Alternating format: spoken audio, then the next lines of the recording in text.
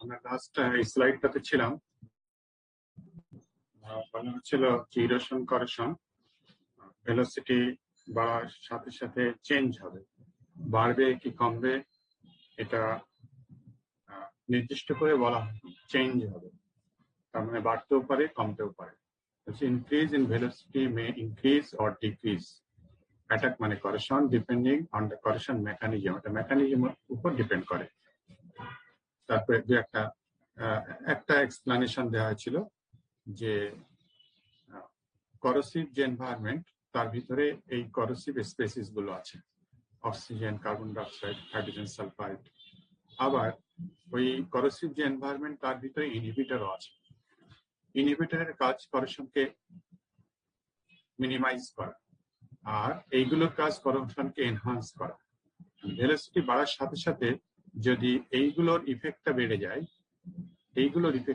যায় তাহলে ভেলোসিটি বাড়লে করেশন বাড়বে। Attack on steel is increased by increasing the supply of this. আর যদি ভেলোসিটি বাড়ার সাথে সাথে ইনহিবিটরের ইফেক্টটা বেড়ে যায়, ইনহিবিটরের অ্যাকশনটা বেড়ে যায়, chemical reaction of the steel with inhibitor বেড়ে যায়, তাহলে কি হবে? আলটিমেটলি করেশন কমে যাবে। Attack is decreased by increasing the effectiveness of inhibitors.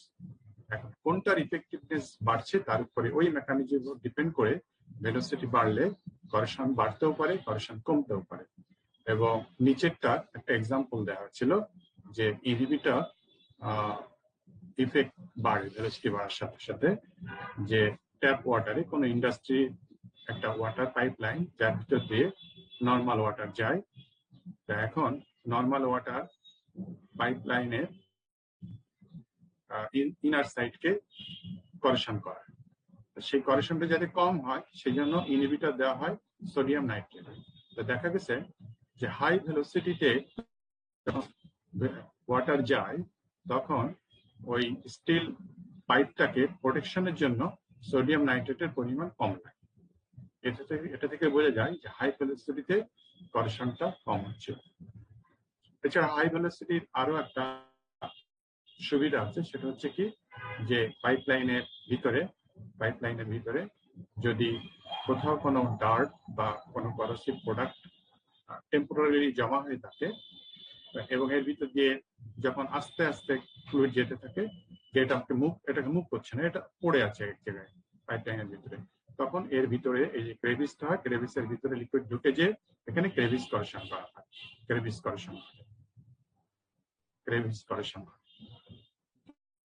কিন্তু ভেলোসিটি যদি টু হাই হয়, এই খুব দ্রুত বেগে যেতে থাকে, ভেলোসিটি ইজ টু হাই, তখন হাই ভেলোসিটি করে কি এটাকে সরিয়ে নিয়ে, এটাকে আর এখানে থাকতে দেয় না, সরিয়ে নিয়ে গেলে তখন কি হবে? ক্রেভিস কারেকশন হবে। তো আলটিমেটলি হাই ভেলোসিটিতে কোনো সময় ক্রেভিস কারেকশন হয় না, এই একটা ইফেক্ট আসে। আর ইনহিবিটরের ইফেক্টটা বেড়ে যেতে পারে, আলটিমেটলি ইফেক্টে দেখা যায় যে হাই ভেলোসিটিতে কারেকশন কমে যেতে পারে। একটা মেকানিজমের কথা এখানে বলা হয়েছে।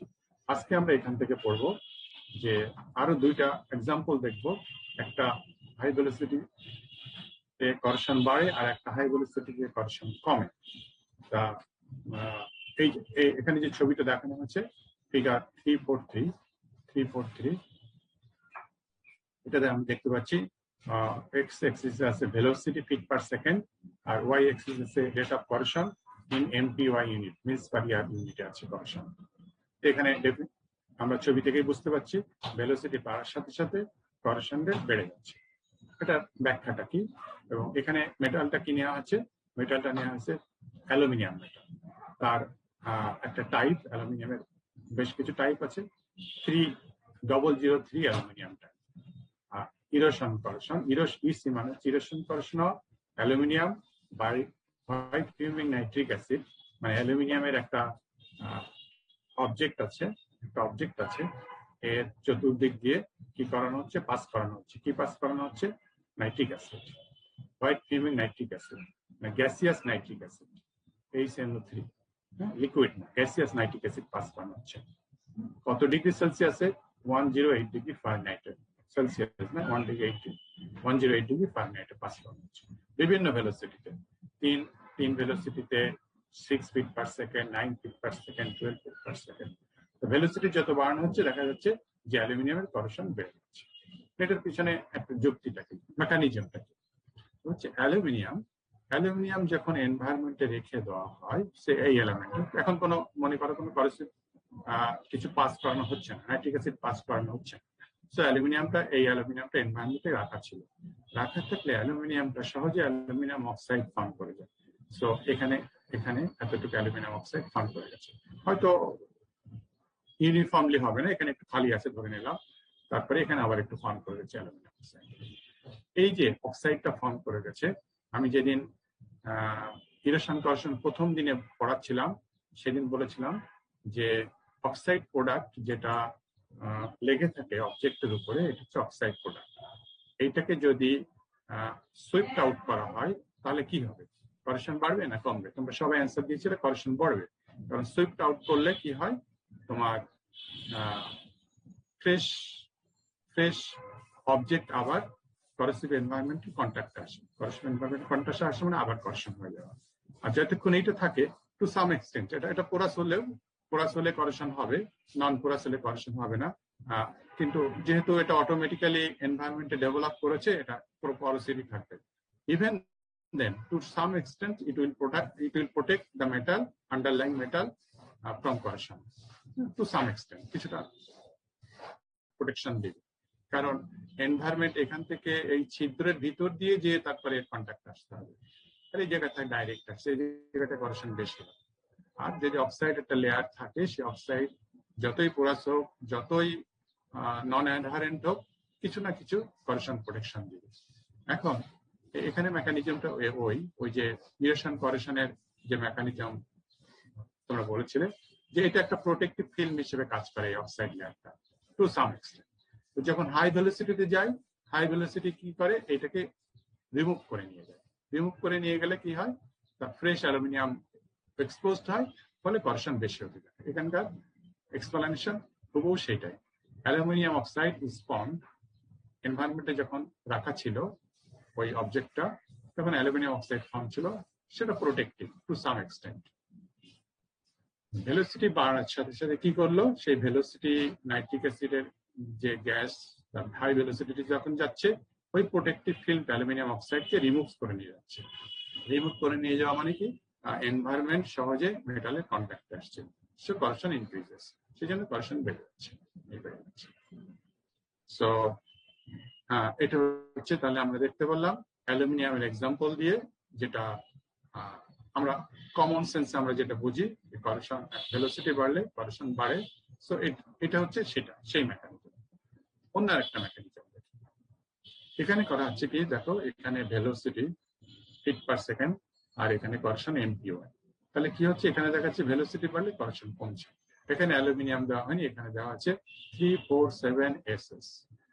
347 SS মানে হচ্ছে 18.8 আর হচ্ছে 2 মোলিবডেনাম। আমরা জানি 2 মোলিবডেনাম।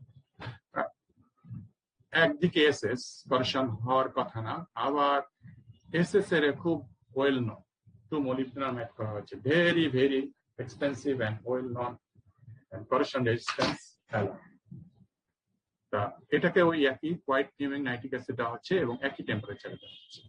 সো এরকম একটা জিনিস এর গা দিয়ে যাচ্ছে, চতুর্দিক দিয়ে নাইট্রিক অ্যাসিড যাচ্ছে, এই নাইট্রিক অ্যাসিড গ্যাস যাচ্ছে। এখন এই মেটালটা inherently highly corrosion resistant metal. তাহলে আমি দুটো কথা চিন্তা করি, যে ওই মেটালটা এরকম একটা আছে 18347 মানে 18.8 2 মোলিবডেনাম।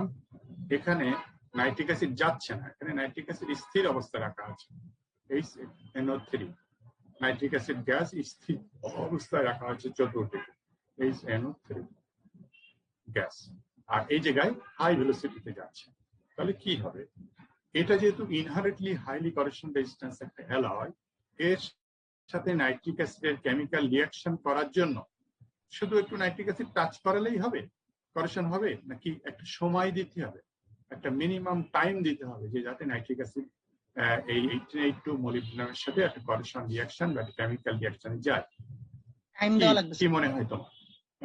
একটা টাইম দেওয়া লাগবে এবং এই টাইমটা যথেষ্ট বেশি হতে হবে, কারণ এটার ইনহারেন্ট করেশন রেজিস্ট্যান্স অনেক বেশি, তাই না? টাইমটা যথেষ্ট বেশি হতে হবে। এখন যখন স্লো রেটে যাচ্ছে তখন টাইমটা কিন্তু বেশি পাচ্ছে, যখন ফাস্ট রেটে যাচ্ছে তখন টাইমটা কম পাচ্ছে। তাহলে একটা তার মিনিমাম টাইম লাগবে একটা করেকশন হওয়ার জন্য, কারণ এটা ইনহারেন্টলি হাইলি করেকশন রেজিস্ট্যান্স একটা এলাকা। সো হাই ভেলোসিটি যাচ্ছে মানে জাস্ট টাচ করে চলে যাচ্ছে, টাচ করে চলে যাচ্ছে। আর স্লোলি যাচ্ছে মানে তখন কিছুটা হলেও রিয়াকশন করছে, সেই জন্য স্লোলি যখন যাচ্ছে কিছুটা হলেও রিয়াকশন করছে, তখন একটা করেকশন একটা আছে, একটা ভ্যালু আছে। কিন্তু হাই ভেলোসিটিতে যখন যাচ্ছে তখন জাস্ট টাচ করে যাচ্ছে, খুব মিনিমাম করেকশন করাচ্ছে। এই এখানকার মেকানিজমটা হচ্ছে হাই ভেলোসিটিতে যখন যাচ্ছে তখন করেকশন ঘটানোর মতো, কেমিক্যাল রিয়াকশন ঘটানোর মতো যথেষ্ট টাইম পাচ্ছে না, ফলে কি হচ্ছে, করেকশন কমে যাচ্ছে। Increasing velocity sweeps away the nitrous acid, এখানেও সুইপস অ্যাওয়ে হচ্ছে, কিন্তু আগেরটা সুইপস অ্যাওয়ে কি ছিল? Protective oxide film. আগেরটাতে ছিল sweeps away the protective oxide film ছিল, সো এটাকে সরিয়ে নিয়ে যাচ্ছিল। আর এখন সুইপস অ্যাওয়ে কি? দ্য নাইট্রাস অ্যাসিড, মানে করসিভ এজেন্টটাকে সে সুইপস অ্যাওয়ে করে নিয়ে যাচ্ছে, করসিভ এজেন্টটাকে তার সঙ্গে রিয়াকশন করতে দিচ্ছে না, and thus removes corrosive agents, so corrosion decreases. So এখানকার মেকানিজম হচ্ছে এটা। স্যার 347 এ কি স্যার মোলিবডেনাম থাকে নাকি কলাম্বিয়াম? ও রাইট, কলাম্বিয়াম, আমি ভুল বলেছি, রাইট, থ্যাংক ইউ। 316 এটা হচ্ছে 316 কলাম্বিয়াম, থ্যাংক ইউ।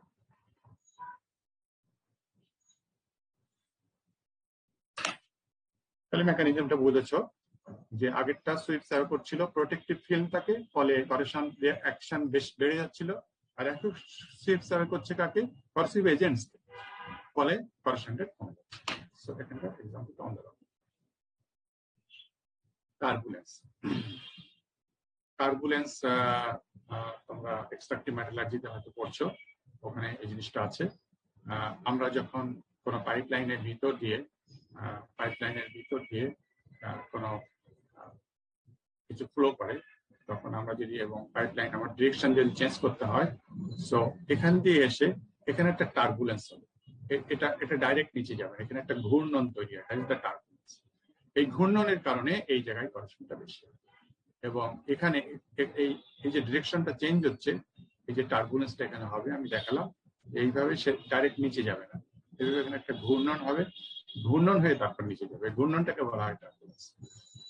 এই কারণে এই জায়গায় ইরোশনটা অনেক বেশি হবে, এবং of course this is a bad design, bad ডিজাইনের কারণে এক টার্বুলেন্সের কারণে এখানে করেকশন বেশি হবে, আর ব্যাড ডিজাইন এরকম শার্পলি বেন্ডিং করা bad design.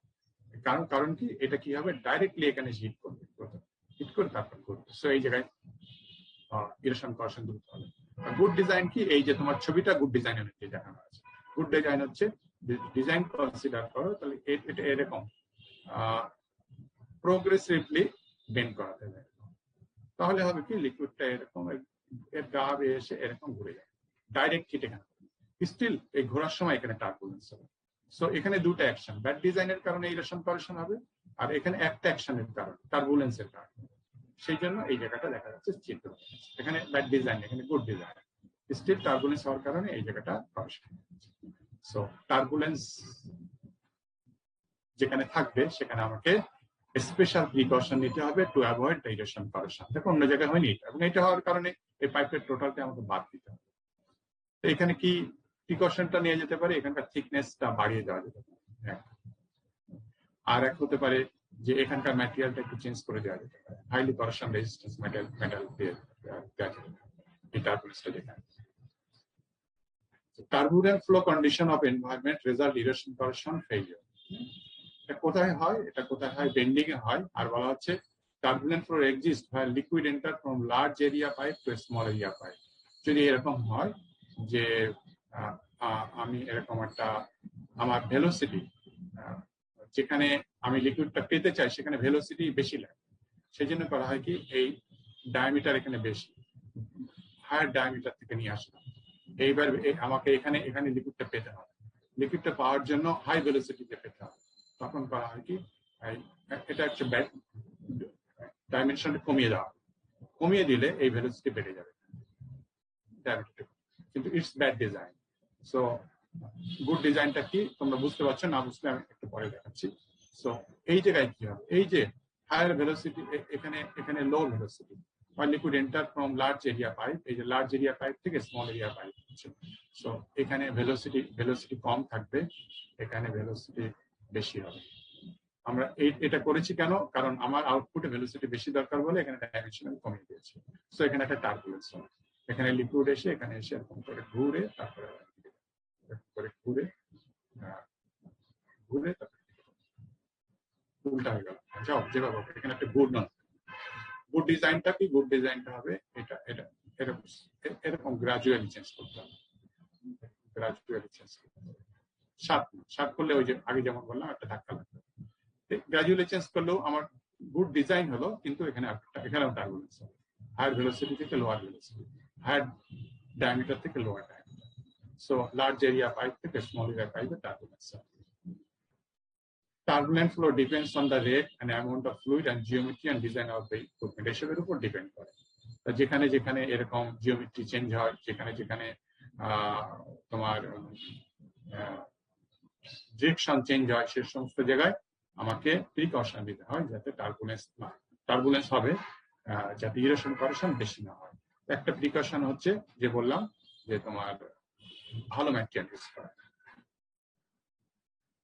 So combating erosion corrosion, 5 methods for prevention or minimization of erosion corrosion.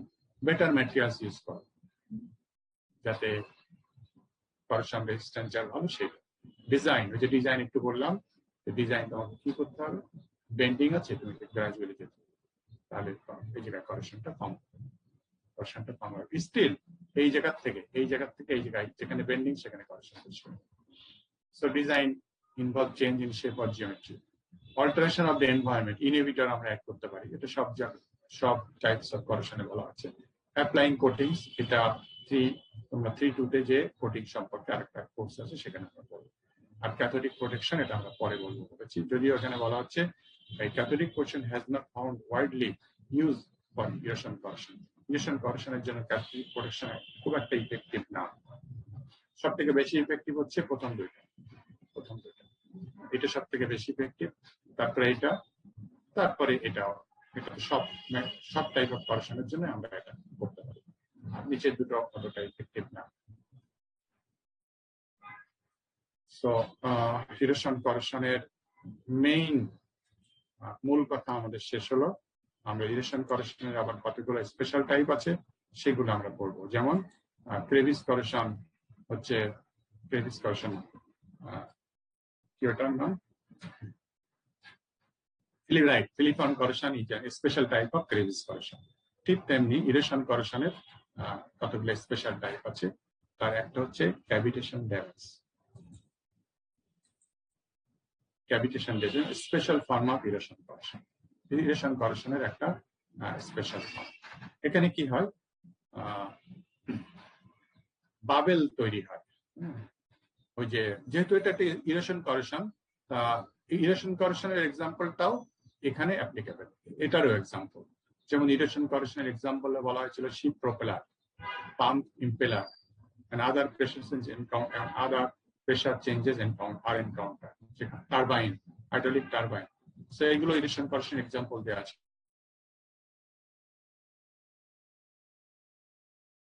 এই এক্সাম্পল গুলো এই ক্যাভিটেশন ড্যামেজের জন্য প্রযোজ্য। তা এখানে কি হয়, এখানে ভ্যাপার বাবেল তৈরি হয়। তোমরা ওই যে আমি বলেছিলাম যারা ফেরিতে গেছো পিছনে দিকে ছিলে, তোমরা দেখেছো প্রপেলার হচ্ছে, বাবেল হচ্ছে আর বাবেল ফেটে যাচ্ছে, বাবেল হচ্ছে বাবেল ফেটে যাচ্ছে, ওয়াটারের বাবেল হচ্ছে। সো প্রপেলারের এই বাবেল হওয়া এবং ফেটে যাওয়া, যখন সে ফেটে যায়, বোমটা কি, বোমটা তো এরকম একটা ফেটে যাওয়া, একটা বলের মতো থাকে, সেটা ফেটে যায় এবং ওর ভিতরে শুধু ফেটে গেলেই, ওর ভিতরে এক্সপ্লোসিভ কিছু না থাকলেও, শুধু লোহা বা অন্যান্য কিছু টুকরা থাকলেও সেটা ছুটে যে অনেক ক্ষতি করবে। এখন ওর ভিতরে বোম বলতে শুধু ইনার কিছু থাকে না, এক্সপ্লোসিভ কিছু থাকে, পয়জনাস কিছু থাকে, শুধু সেটা ফেটে যায়, ফেটে গিয়ে চতুর্দিকে ক্ষতি করে এবং পয়জনাস ছড়িয়ে যায়। পয়জনাস যদি না থাকতো, আমার এখানে যে আমরা ক্রেভিস করশন ক্যাভিটেশন ড্যামেজ করছি সেখানে পয়জনাস কিছু নেই, কিন্তু বাবেলটা যখন ফেটে যাবে তখন ট্রিমেন্ডাস একটা চতুর্দিকে একটা প্রেশার তৈরি করবে। সেই প্রেশারটা কি করবে, ওই মেটালের গায়ে যে লাগবে, প্রোপেলারের সাথে ওয়াটার বাবেল আছে, ওয়াটার বাবেল ফেটে গেল, ফেটে যে কি করলো, প্রোপেলার গায়ে ধাক্কা লাগাবে, ধাক্কা লাগার কারণে প্রোপেলার গা থেকে মেটাল ইরোশন আউট হয়ে চলে যাবে। So that is the cavitation. Example গুলো ওই যে বললাম যে আগে এক্সাম্পল গুলো এখানে অ্যাপ্লিকেবল। এবং এই যে বাবেল গুলো ফেটে যখন যায়, ফেটে যে মেটালের গায়ে ধাক্কা লাগায়, তার এই ধাক্কার পরিমাণটা কত হতে পারে, হচ্ছে may produce pressure as high as 60,000 pound per inch square. 1 inch square আর কতটুকু, 1 inch by 1 inch, 1 inch by 1 inch, that is 1 inch square. So বাবেলটা ফেটে যে এই 1 ইঞ্চি স্কয়ার একটা প্রোপেলারের জায়গার উপরে 60,000 পাউন্ড প্রেশার তৈরি করতে হবে, তাহলে ইটস টু হাই। এরকম একটা প্রেশার যদি 1 ইঞ্চি স্কয়ার জায়গার উপর যে পড়ে, তাহলে সেই জায়গা থেকে কি হয়ে যাবে, প্লাস্টিক ডিফর্মেশনে মেটাল আউট হয়ে যাবে। So that is the erosion process, cavitation damage. Plastic deformation occurs in many metals, অনেক মেটালে প্লাস্টিক ডিফর্মেশন হয়। ক্যাভিটেশন ড্যামেজের 6টা স্টেপ বলা হয়েছে, the steps are as follows. এখানে 6টা, আমরা চিত্রটা আগে দেখে আসি, স্কেমেটিক চিত্রটা 6টা স্টেপের, তারপরে এখানে আসবে ল্যাঙ্গুয়েজ। এখানে একটা দেখানো হচ্ছে একটা মেটাল, এই যে 1 2 3 4 5 6, এই যে 6টা স্টেপ দেখানো হচ্ছে 1 থেকে শুরু করে। একটা মেটাল, কোন একটা মেটাল, মেটালটা এমন একটা মেটাল নেওয়া হয়েছে যেটা কিনা তোমার এনভায়রনমেন্টে, যে এনভায়রনমেন্টে আছে সেই এনভায়রনমেন্টে, এখানে লিকুইড এনভায়রনমেন্টে দেখানো হয়েছে, সেই এনভায়রনমেন্টে সহজে অক্সিডাইজ হয়ে যায়। সো এই যে হ্যাশ লাইন দিয়ে দেখানো হয়েছে, মেটালটা সহজে অক্সিডাইজ হয়ে যাবে এনভায়রনমেন্টে। সো এইটা হচ্ছে কি অক্সাইড লেয়ার, এটা হচ্ছে অক্সাইড লেয়ার। আর অক্সাইড লেয়ার মানে ওর উপরে থাকলে সেটা পোরাস হলেও কিছু না কিছু একটা প্রোটেকশন দেয়, সেটা অক্সাইড লেয়ার আছে। আর এই যে বাবেল তৈরি হচ্ছে, এখানে প্রোপেলার আছে মনে করো, এটা প্রোপেলারের একটা ব্লেড মনে করো, সো একটা বাবেল এখানে তৈরি হয়েছে, বাবেল থাউজেন্ডস অফ বাবেল তৈরি হবে, একটা বাবেল দিয়ে আমরা বুঝি একটা বাবেল তৈরি হয়েছে। এই বাবেলটা তৈরি হয়ে বাবেল এরকম থাকবে না, ফেটে যাবে, বাবেলটা ফেটে গেছে, ফেটে গেলে চতুর্দিকে সে কি হচ্ছে, প্রেশার তৈরি করছে। প্রেশার তৈরি করার কারণে কি হচ্ছে, এখানকার অক্সাইড লেয়ারটা দেখো, এই অক্সাইডটা কিন্তু ন্যাচারালি তৈরি হয়েছে, আমরা কোনো কন্ট্রোল ওয়েতে তৈরি করি। কন্ট্রোল ওয়েতে তৈরি করা হয় কোথায়, এসিড ফিল্ম যেগুলো তৈরি করে রাখা হয়, স্টেনলেস স্টিলে, ওই যে মোর দ্যান 10% ক্রোমিয়াম দিলে কন্ট্রোল ওয়েতে ক্রোমিয়াম অক্সাইড লেয়ার তৈরি হয়, অথবা অ্যানোডাইজিং এ তৈরি হয়, অ্যানোডাইজড অ্যালুমিনিয়াম আমরা যেটাকে বলি, সেখানে কন্ট্রোল ওয়েতে, সেগুলো মোর স্টেবল হয়। কিন্তু ন্যাচারালি যেটা তৈরি হয় অত স্টেবল না। ফলে এই বাবেলটা যখন ফেটে যাচ্ছে তখন কি হচ্ছে, এই অক্সাইড লেয়ার সরে যাচ্ছে। শুধু অক্সাইড লেয়ার না, এই 2 নম্বরের ছবিটা একটু ভুল দেখানো হয়েছে, এখান থেকে কিছু মেটাল সরে যাচ্ছে। অক্সাইড লেয়ারও ওই বাবেল বাস্ট আউট হওয়ার কারণে সরে গেছে, উঠে গেছে, এবং এট দ্য সেম টাইম কিছু মেটাল উঠে গেছে এখান থেকে, কিছু মেটাল উঠে যাওয়া মানে এই জায়গায় একটু গর্ত হয়ে গেছে, এই জায়গায় কি হয়েছে, একটু গর্ত হয়ে গেছে, একটু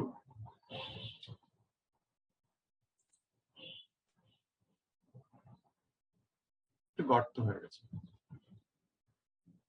গর্ত হয়ে গেছে। এই যে গর্তটা হয়ে গেল, হ্যাঁ, এই গর্তটা হয়ে গেল, এই গর্তটা কি, এখানে কি আছে, মেটাল আর অক্সাইড নেই। এখন বলা, মেটালটা এমন ভাবে নেওয়া হয়েছে, বলা হচ্ছে যে এনভায়রনমেন্টে সে সহজেই অক্সাইড হয়ে যায়। সো মেটালটা যে সরে গেছে, তার মানে আবার এনভায়রনমেন্টের কন্ট্যাক্ট এসে গেছে, সো আবার অক্সাইড হয়ে গেছে। কিন্তু এখান থেকে জিওমেট্রি দেখো নিচের দিকে নেমে গেছে, কারণ একটা বাবেল বাস্ট আউট হয়েছিল 2 নম্বরে।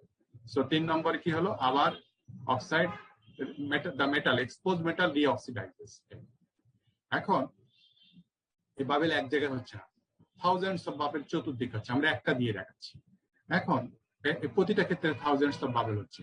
এখন এই জায়গার এই জিওমেট্রিটা চেঞ্জ হওয়ার কারণে এই জিওমেট্রিটা নিউক্লিয়েশন হিসেবে কাজ করবে। নিউক্লিয়েশন কি, টু ক্রিয়েট অ্যানাদার বাবেল। হ্যাঁ, তার মানে এই ফ্রেশ জায়গা, এই জায়গাটাতে একটা বাবেল তৈরি হওয়া যত সহজ, এই জায়গায় একটা বাবেল তৈরি হওয়া তার থেকে বেশি সহজ, কারণ এই জিওমেট্রিটাই নিউক্লিয়েশন হিসেবে কাজ করবে। সো 4 নম্বরে দেখা যাচ্ছে যে এখানে আবার বাবেল তৈরি হচ্ছে। হ্যাঁ, এখানেও বাবেল তৈরি হয়েছে, কিন্তু এখানে একটা হলে এখানে 5টা হচ্ছে। সো অথবা এখানে হয়নি, এখানে হয়েছে, নিউক্লিয়েশন হিসেবে কাজ করবে। সো যখন এখানে একটা বাবেল হলো, সো 4 নম্বরে আবার বাবেল হলো, 5 নম্বরে ওই বাবেলটা আবার ভেঙে গেল। ভেঙে গেলে কি হলো, এবার এখান থেকে সে অক্সাইডে গেল, মেটাল আরেকটু নিচে নেমে আসবে, আরেকটু নিচে নেমে আসবে। তারপরে 6 নম্বর কি হলো, 6 নম্বরে এই ফ্রেশ মেটাল আবার রিঅক্সিডাইজ হলো। এইটা হচ্ছে এই যে 2 নম্বরে 3 নম্বরে যে রিঅক্সিডেশন হয়েছিল সেইটা সেই রিঅক্সিডেশনটা এইটুকু আছে। আর 5 নম্বরে যেখানে ভেঙে গেল তারপরে আবার দুইবার রিঅক্সিডেশন হলো, এটা হচ্ছে 2 নম্বরের রিঅক্সিডেশনটা। আর 2 নম্বর নাকি 3 নম্বরের, এটা হচ্ছে 3 নম্বরের রিঅক্সিডেশনটা। আর এটা হচ্ছে 5 নম্বরের, এটা হচ্ছে এইটুকু হচ্ছে 6 নম্বরের রিঅক্সিডেশন, 6 নম্বর। সো এখানে এই জায়গাটুকু একবার রিঅক্সিডাইজ হয়েছে, একবার বাবেল বাস্ট হয়েছে। আর 6 নম্বরের এই জায়গাটা হচ্ছে 2বার বাস্ট হয়েছে এবং 2বার রিঅক্সিডাইজ হয়েছে। সো আস্তে আস্তে এইভাবে নিচের দিকে চলে যাবে। সো এইভাবে আস্তে আস্তে মেটাল ক্ষয় হতে থাকবে। তো এই ক্ষয়টাকে এইভাবে হচ্ছে formation of bubble and explosion of bubble. So এটাকে বলা হচ্ছে ক্যাভিটেশন। সো 6টা স্টেপ। আমরা ছবি আঁকার সময় তো ওই মানে মেটাল যে ক্ষয় হয়েছে ওটা সহই আঁকবো, তাই না? হ্যাঁ হ্যাঁ, আচার দিয়ে। হুবহু এইভাবে, রাইট। এই 2 নম্বরটা ভুল আছে। হ্যাঁ, এটা যদি এইরকমই থেকে যায়, তাহলে কি হবে, পরের বার তো আবার এইরকমই হবে, তাই না? নিচের দিকে নামবে না। কিন্তু পরের ছবিতে যেহেতু সে নিচের দিকে নামানো দেখাচ্ছে, তার মানে এখানে কিছুটা মেটাল নিচের দিকে নেমে গেছে। ক্লিয়ার হচ্ছে? জি স্যার। এটা 2 নম্বর, এটা ভুল করেছে। 2 নম্বরের সাথে 3 নম্বর মেলে না। যেহেতু মেটাল নিচের দিকে নেমে গেছে, তার মানে নিচের দিকে নেমে অক্সিডাইজ হয়েছে। সো 2 নম্বরটাতে ভুল হয়েছে। তো তোমরা এরকম ছবি আঁকবা, এইটা কারেক্ট, বইয়ের এটা ভুল আছে। তো 6টা স্টেপ এখানে দেখানো হয়েছে, বলা হচ্ছে a cavitation bubble forms on the protective films. এটা র্যান্ডমলি সব জায়গায় ফর্ম করছে protective film. Bubbles collapse and destroy the film, এটা পার্টিকুলার এক জায়গায় কোলাপস করে ফিল্মটাকে ডিস্ট্রয় করেছে। ফিল্ম এন্ড দ্য মেটালও বলতে পারো, এন্ড দ্য মেটালও খানিকটা করেছে, and the metal, film and the metal. হ্যাঁ, এটা মেটাল বলা উচিত। তাহলে এই যে newly exposed metal surface corrodes and film is reformed. 3 নম্বরে ওটা আবার করোড হচ্ছে এবং এটা অটোমেটিক্যালি হচ্ছে এনভায়রনমেন্ট এবং মেটালের অ্যাফিনিটির কারণে। and film is reformed, আবার নতুন করে ফিল্ম তৈরি হলো। এবং যখন নতুন করে ফিল্ম তৈরি হলো, ওই জায়গাটা যেহেতু জিওমেট্রি চেঞ্জ হয়ে গেল, আবার একটা বাবেল ফর্ম হওয়া, তার জন্য খুব সহজে new cavitation bubble forms at the same spot, আবার একটা তৈরি হলো সেম স্পটে। The bubble collapse, ওই জায়গায় আবার collapse হলো and destroys the film. আবার ফিল্মটাকে film and metal দেওয়া উচিত, and metal, film and the metal destroy করে দিল। তার মানে আরো নিচের দিকে গেল। The exposed area corrodes and the film reforms. So এইভাবে প্রতিটা exposed area corrode হচ্ছে এবং নতুন করে ফিল্ম তৈরি হচ্ছে এবং আস্তে আস্তে মেটালটা কি হয়ে যাচ্ছে, সরু হয়ে যাচ্ছে, থিন হয়ে যাচ্ছে। So এই 6টা স্টেপ ওই 6টা চিত্র দিয়ে বোঝানো হচ্ছে। An imploding cavitation bubble has sufficient force, ওই যে আগে যেটা একটা ভ্যালু দিয়ে বোঝানো হচ্ছে সেটা আবার ল্যাঙ্গুয়েজে বলা হচ্ছে। হ্যাঁ, যেটা ইমপ্লোডিং ক্যাভিটেশন বাবেল যেটা বাস্ট আউট হচ্ছে, তার ভিতরে যথেষ্ট ফোর্স আছে। এই যথেষ্ট ফোর্সটা কত বলা হচ্ছে? 60,000 pound per inch square, 60,000 PSI বলা হয়, pounds per square inch.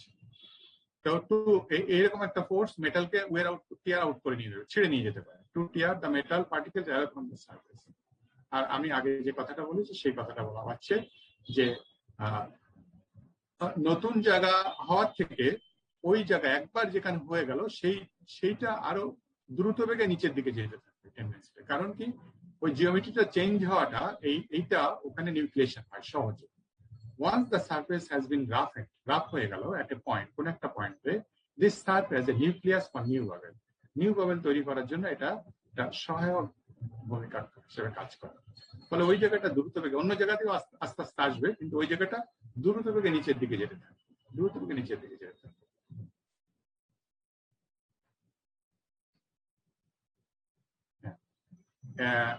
Cavitation damage পড়লাম। এখানে আরো একটা ইরোশন করেশনের আরো একটা স্পেশাল টাইপের নাম হচ্ছে ফ্রেটিং করেশন। লাল কালি দিয়ে লেখা ফ্রেটিং করেশনটা কি তোমরা দেখতে পাচ্ছ? উপরে লেখা আছে, দেখতে পাচ্ছ? জি স্যার। আরেকটা হচ্ছে ফ্রেটিং করেশন। মানে cavitation damage one type of erosion corrosion, another type of erosion corrosion is fretting corrosion. এটা কখন হয়? occurs at contact areas. এরকম যদি কোনো কন্টাক্ট এরিয়া থাকে যে এরিয়াটা লোডেড আছে, আন্ডার লোড, এবং ওই লোডটা কেমন? লোডটা subjected to vibration and slip. মানে এই তিনটার কম্বাইন্ড একটা সিচুয়েশন হতে হবে যে কোনো একটা সারফেসে ফ্রেটিং করেশন হবে যদি ওই সারফেসটা লোডেড থাকে। যদি ওই শুধু লোডেড থাকলে হবে না, লোডেড হয়ে চুপ করে বসে থাকবে, এরকম একটা জিনিস এর উপরে আমি একটা লোড দিয়ে চুপ করে বসে থাকবো না, এটা ভাইব্রেশন হতে হবে, মানে আপস এন্ড ডাউনস হতে হবে, এন্ড স্লিপ হতে হবে। আমি এক্সাম্পলে গেলে ওরা বুঝতে পারবে। এরকম যখন হয় তখন ফ্রেটিং করেশন হয়। এইটা দেখতে কেমন? পিটের মতো দেখতে। পিট কেমন? আমরা ছবিতে বলেছিলাম যে পিটটা এরকম, দিস ইজ পিট। এবং পিটের এটা কি হয়? এই জায়গাটা করেশন প্রোডাক্ট দিয়ে ঢাকা থাকে, ফলে আমরা অনেক সময় নেকেড আইতে বুঝতে পারি। এটাও appears a pit or grooves surrounded by corrosion products, এরকম পিটের মতো। এক্সাম্পল কোথায়? অটোমোটিভ পার্টস দেখা যায়, বোল্টেড পার্টস দেখা যায়, যেখানে বোল্ট দিয়ে একটা আরেকটাকে জয়েন্ট করা হয়, সেরকম জায়গায় দেখা যায়। ফ্রেটিং কজেস ফ্যাটিক ফ্র্যাকচার। ওই যে ফেইলিওরটা হয় ওইটাকে ফ্যাটিক ফেইলিওর বা ফ্যাটিক ফ্র্যাকচার বলা হয়। দুইটা ক্লাসিক এক্সাম্পল হচ্ছে, একটা হচ্ছে ফ্রেটিং করেশন হয় কোথায়? Bolted tie plates on railroad rails. হ্যাঁ, এটা আমি পরে ছবিতে দেখাচ্ছি, ছবি নেই, আমি এঁকে দেখাবো এটা। আরেকটা কি? আরেকটা হচ্ছে another case is the interface between a press fitted ball bearing disc of a shaft. Shaft হয়, গাড়িতে শ্যাফট থাকে। তোমরা ট্রাক যখন চলে নিচের দিক থেকে যদি একটু দেখো, এখন অবশ্য মডার্ন এগুলো ঢাকা থাকে, পুরোনো আমলের ট্রাক তোমরা দেখবা সেখানে শ্যাফট দেখা যায়। অথবা আমরা যে রিক্সা যেটা চলে, রিক্সা এই একটা চাকা, এই একটা চাকা, পিছনে দুটা চাকা, হ্যাঁ, কি করা? এই পিছনে দুটো চাকা এরকম জয়েন্ট থাকে, তাই না? আর এই চেন দিয়ে এই সামনের সঙ্গে জয়েন্ট থাকে। সো রিক্সাওয়ালা এখানে প্যাডেল করে, চেনটা ঘুরতে থাকে আর এটা ঘুরতে থাকে, চাকাটা ঘুরতে থাকে। This is called the shaft. বুঝতে পারছো শ্যাফট কোনটা?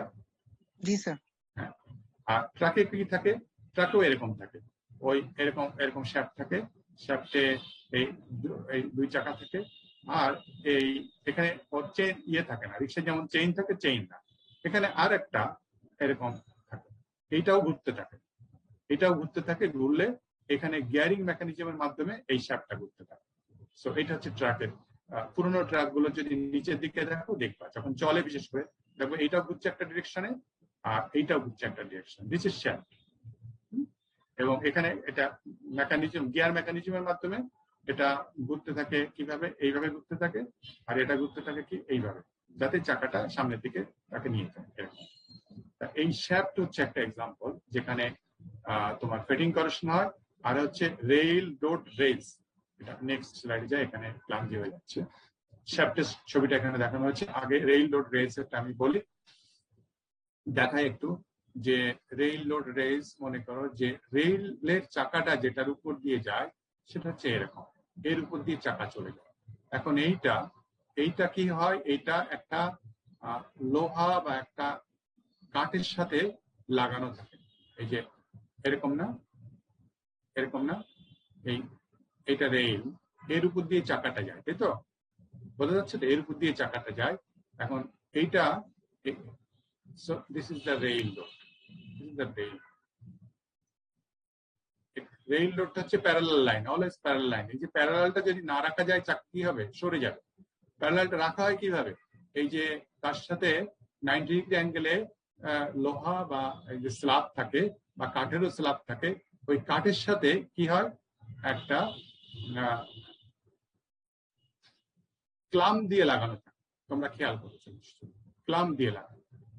সো রেলের এই লাইনটা, এই একটা লাইন যদি এরকম থাকে, ক্লামটা কেমন হয়?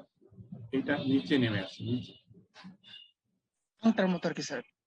এটা নিচে নেমেছে, এইটা বড় হয়, এটা বড় হয়, এটা বড় হয়। আমি ঠিক বোঝাতে পারছি কিনা, আমার ড্রয়িং একদম ভালো না।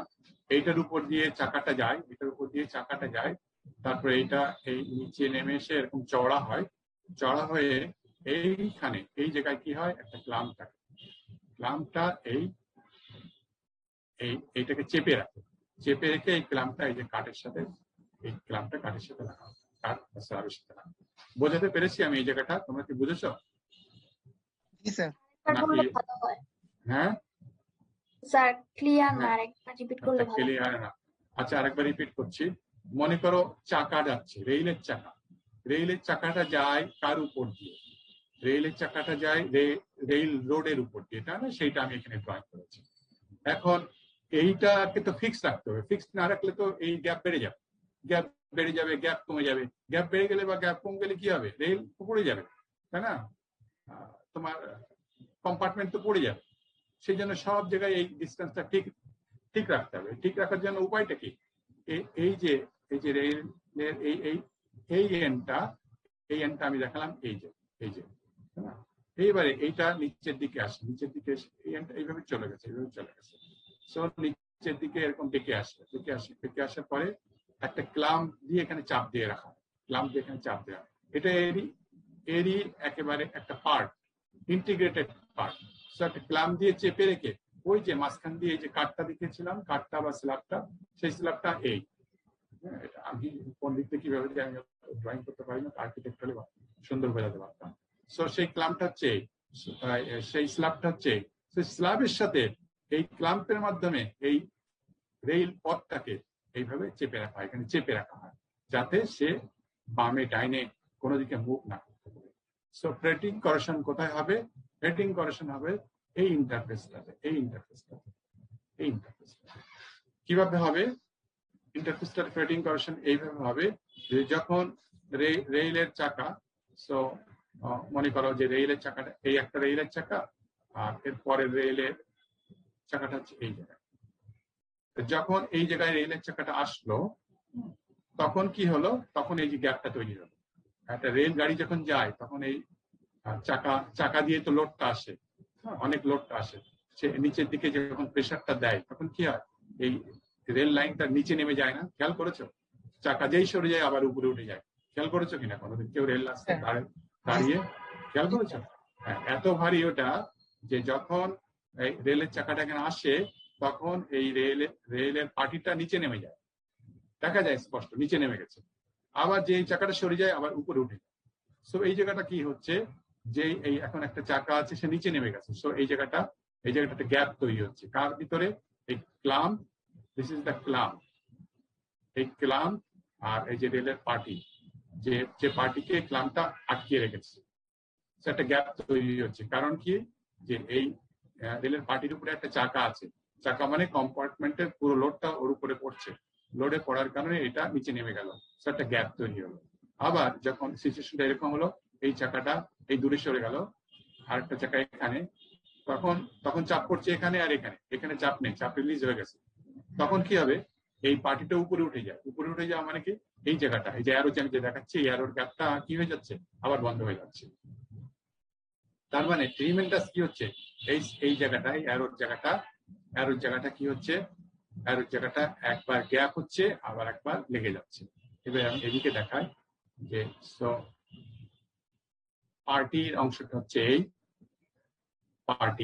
পার্টির রেল রাস্তার অংশটা হচ্ছে এই, রেল গাড়ি যাচ্ছে এখান দিয়ে, চাকা যাচ্ছে এখান দিয়ে, আর এখানে যে ক্লাম্পটা আছে আমি অনেক গ্যাপ দিয়ে বোঝাই, ক্লাম্পটা হচ্ছে এই, ক্লাম্পটা হচ্ছে এই। So this is clamp. এটা হচ্ছে পার্টি।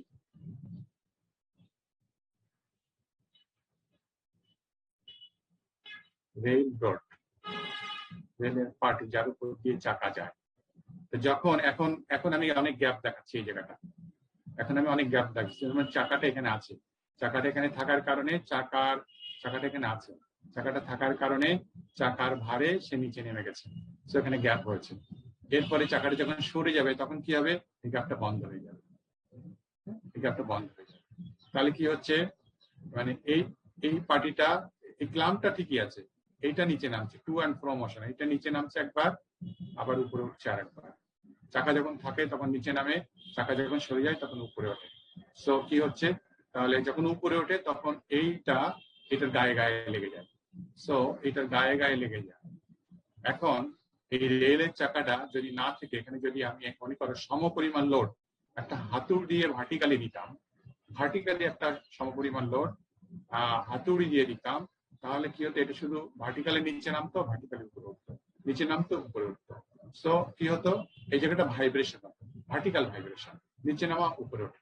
এখন এই জায়গায় শুধু ভার্টিক্যাল ভাইব্রেশন হয় না, চাকার যেহেতু একটা ডিরেকশনাল ফোর্স আছে, চাকা এইদিকে যাচ্ছে এইদিকে যাচ্ছে, সো এটা আপস এন্ড ডাউনস হবে এট দ্য সেম টাইম। সে এরকম উঠে, ব্যাপারটা এরকম হবে, সে মানে আমি এই যে এর নাম ক্লাম্পের সারফেসটা এই, আর রেলের সারফেসটা এই, সে কি হবে, রেলের সারফেসটা ওর গায়ে উঠে, এখান দিয়ে উঠে যে এরকম একটু ঘষে এসে আবার নিচে নেমে আবার এখানে আসবে, উঠে যে ঘষে এসে আবার নিচে নেমে এরকম। কারণ কি, কারণ এর উপরে যে চাকাটা যাচ্ছে সে এই ডিরেকশনে যাচ্ছে, এই ডিরেকশনে যাওয়ার কারণে এখানে একটা স্লিপ হয়। আমি কি বোঝাতে পেরেছি দুটার পার্থক্য? একটা হচ্ছে যে ওই লোডটা যদি আমি ভার্টিক্যালি দিতাম এবং ভার্টিক্যালি উইথড্র করতাম, তখন কোনো স্লিপ হতো না, তখন এ শুধু আপওয়ার্ডস এন্ড ডাউনওয়ার্ডস, আপওয়ার্ডস লেগে যেত এন্ড ডাউনওয়ার্ডস। কিন্তু এই লোডটা সেরকম না, লোডটা কি, লোডটা পড়ছে, পড়ে সে লোডটা ডান দিকে সরে যাচ্ছে, সেই জন্য নিচেরটা কি হবে, ওই ডান দিকে সরে যাওয়ার সময় সে একটু এই নিচের মেটালকে যখন এখানে টাচে আছে একটু সরিয়ে নেওয়ার চেষ্টা করবে। সো কি হবে, আপে যাবে, একটু স্লিপ হবে, আবার ডাউন এসে আবার লেফটে যাবে। সো এইরকম হবে, এইরকম হবে। সো এই কন্ট্যাক্টে একটা স্লিপ হচ্ছে। কেউ কি বুঝতে পেরেছো? আচ্ছা, না পারলে করার কিছু নাই, এটা ফিজিক্যালি থাকলে হাত পা নেড়ে বোঝানো যেত। ইন্টারফেস যেটা, ইন্টারফেস মানে এই জায়গাটা আন্ডার লোড, টাইম তো পার হয়ে যাচ্ছে, আন্ডার লোডে আছে, হ্যাঁ। এবং কি হচ্ছে, ভাইব্রেশন, রেলের চাকা যখন থাকছে তখন কন্ট্যাক্টে থাকছে, রেলের চাকা যখন সরে যাচ্ছে তখন গ্যাপ হচ্ছে, রেলের চাকা যখন থাকছে তখন গ্যাপ হচ্ছে, রেলের চাকা যখন সরে যাচ্ছে তখন কন্ট্যাক্টে থাকছে। সো ভাইব্রেশন হচ্ছে। এবং কি হচ্ছে, ওই যেহেতু উপরে রেলের চাকাটা একটা ভার্টিক্যাল শুধু লোড না, এটা একটা ডান দিকে একটা রিলেটিভ মোশন আছে, সো স্লিপ আর ডিফরমেশন হচ্ছে। এই কারণে এই ইন্টারফেসটাতে তোমার ফ্লেটিং কারেকশন হবে। আর এইটা হচ্ছে শ্যাফটের এক্সাম্পল, শ্যাফটের এক্সাম্পলটা আমি নেক্সট ক্লাসে বলবো।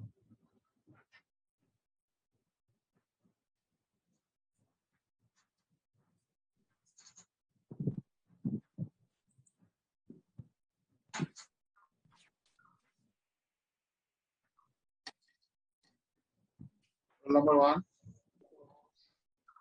1, 2, Yes, sir. 3, Yes, sir.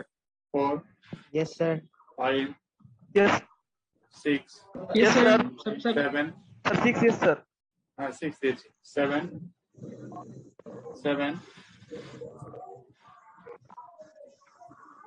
সীমান্ত Dutta, 8, Yes, sir. 9, Yes, sir. 10, 11, Yes, sir. 12, Yes, sir. 13, Yes, sir. 14, Yes, sir. 15, Yes, sir. 16, Yes, sir. 17, Yes, sir. 18,